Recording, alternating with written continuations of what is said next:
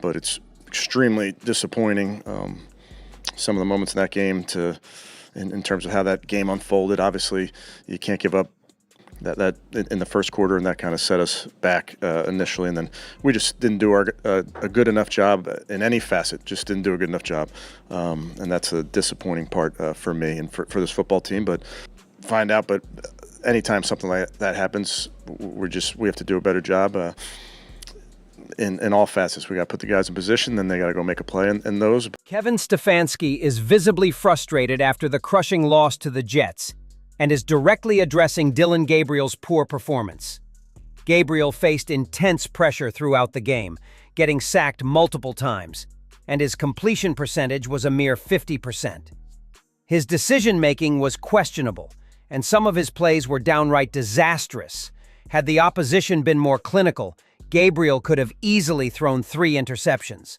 This would have likely cost him his starting position, with Shedeursanders ready to take over.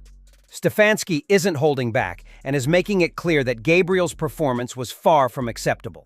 Things that we need to clean up, staying on the football field, scoring points.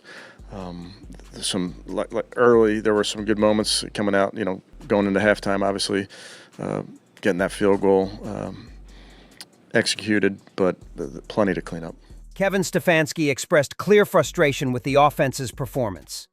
When asked about Dillon Gabriel's start to the game, Stefanski recognized that Dillon and the offense showed promise early on, but ultimately faltered when it was time to finish. While there were some positive moments, Stefanski emphasized that the overall mess created by the offense goes beyond those positives and must be addressed. He pointed out that Dillon is not helping in that effort and, instead of improving the situation, is putting more pressure on Stefanski, making his job even more challenging. Kevin Stefanski's troubles escalated after the game when Myles Garrett, one of the team's star players, stepped up and didn't hold back. Garrett publicly criticized Stefanski, taking aim at his frequent excuse of rebuilding for the team's struggles. While Stefanski has pointed to rebuilding as the reason for the team's losses, Garrett made it clear he wasn't buying it. He argued that there's no reason an entire season should be wasted on rebuilding. With Garrett calling out his head coach, Stefanski is now under even more pressure. It's one thing to lose games, but when your defensive leader publicly challenges you, it casts doubt on the team's future. Myles Garrett wasn't backing down from his clash with Kevin Stefanski. He does that, then I think we all kind of look around and say, we're kind of letting it go. We're falling into a rebuild instead of focus on this year and trying to find a way out of this hole that we dug ourselves. He fully owned his frustration, and his body language made it clear. He's had enough. When questioned about his frustration with the loss and Stefanski's leadership, Garrett made it evident that he wants to win, and it's hard for him when things aren't going the way they should. He admitted that sometimes showing that frustration is necessary. The tension between Garrett and Stefanski is unmistakable, and it continues to build. Much of the strain stems from Stefanski's unwavering trust in Dillon Gabriel, a player who, according to Garrett, doesn't deserve it. I was frustrated. If they take something from it, it's that, I want to win, and sometimes it spills over, and that's okay. So Myles Garrett made it clear that his frustration with Stefanski and the game plan isn't a new development. He explained that every great player faces moments of frustration, and for him, it's about being real and honest, not about fear. Garrett stressed that his focus is solely on winning, and right now, he feels Stefanski isn't doing enough to make that happen. His message was straightforward. He's not holding back or sugarcoating the situation.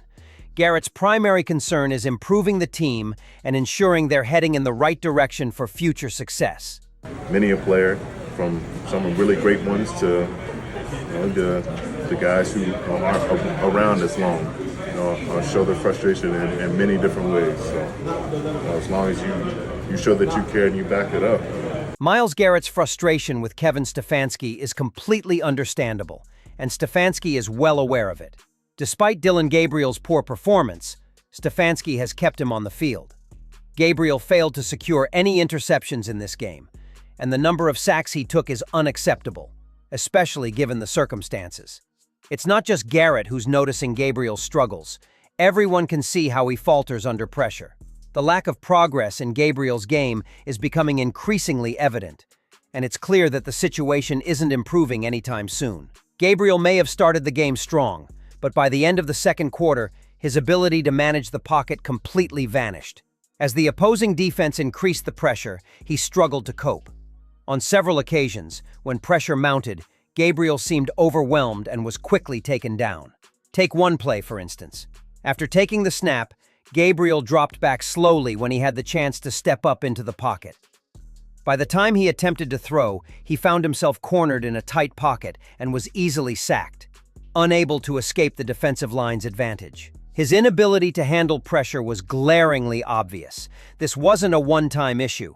Dillon Gabriel was sacked 6 times in the same game, and he missed open targets multiple times. As a result, his pass completion barely hovered above 50%, which is simply unacceptable for a quarterback. His throws under pressure clearly showed that he was unable to handle the situation anymore. Take this play, for example. Cedric Tillman was positioned near the sideline, clearly beating the defense, and all Gabriel needed to do was deliver the ball right into Tillman's hands. Instead, he missed the throw by a wide margin, not by inches, but by miles. This missed opportunity was a direct result of the intense pressure from the opposition, showing that Gabriel couldn't cope when the heat was on. Analysts are growing increasingly frustrated with the situation, and they're now calling out Stefanski. Garrett Bush didn't hold back, expressing that they've been witnessing the same issues week after week. He pointed out that Dillon Gabriel continues to get sacked repeatedly, and it's not just him. The entire offense is failing game after game. The lack of progress is becoming impossible to ignore, and Bush is fed up with seeing the same mistakes play out without any change. Paying taxes tell me something that we see weekly. We see Dillon Gabriel get sacked weekly upon weekly upon weekly upon weekly. We see Kevin Stefanski not having offense week after week after week after week after week. But you tell me and sit up in my face that but it could get worse. At this point, it's becoming clear that a change is necessary. Shedeursanders could have likely performed better in this game, yet Kevin Stefanski remains steadfast in his decision. During his post-game press conference, Stefanski made it known that he has no plans to switch quarterbacks. Despite Dillon Gabriel's underwhelming performance, Stefanski is sticking with him, convinced that his youth offers room for growth. His refusal to make a change is hindering the team's performance, but he's not budging, even as players continue to criticize his approach. Let's hear what Stefanski had to say about his decision. Yeah, we're going to stick with Dillon. Obviously, this is a young players that you're always trying to get one game better and those type of things, but we have to play better as an offense. We have to coach better, all the above. In conclusion, it's clear that Kevin Stefanski is far from pleased with Dillon Gabriel's performance. Week after week, Gabriel has struggled under pressure, consistently failing to meet expectations. Despite this, Stefanski has not hesitated to publicly reprimand Gabriel, expressing frustration with his lack of improvement and inability to handle the intense situations. However, what is most alarming is Stefanski's refusal to consider shedeursanders as an alternative, even when it's evident that Gabriel's struggles are holding the team back. Stefanski's unwavering support for Gabriel, despite his underperformance, is raising serious concerns, especially as analysts, players, and fans continue to see the same issues unfold game after game. The lack of a quarterback change signals a level of stubbornness that could have detrimental effects on both the team's success and Stefanski's future. In professional sports, failing to adapt when things aren't working is often seen as a sign of poor leadership, and Stefanski's refusal to make adjustments could potentially cost him his job. The pressure on Stefanski is mounting, as his inability to make the necessary change at quarterback could signal a lack of strategic foresight and adaptability, two qualities vital for a coach's success. With players like Myles Garrett calling out the coaching staff and analysts questioning his decisions, the clock is ticking for Stefanski. If the team continues to underperform with Gabriel at the helm, it might not be long before the front office makes a change. At this point, It's not just Gabriel's future that's at stake. It's Stefanski's as well. What do you think about Kevin Stefanski's decision to stick with Dillon Gabriel despite his consistent struggles? Do you believe that Gabriel still has the potential to improve? Or is it time for a change? How long should Stefanski hold on to his faith in Gabriel before making a switch? With players like Myles Garrett openly calling out the coaching staff and analysts questioning his approach, do you think Stefanski is making the right call by refusing to consider Shedeur-Sanders? Could this decision ultimately put Stefanski's job at risk if the team continues to underperform? We'd love to hear your thoughts on the situation.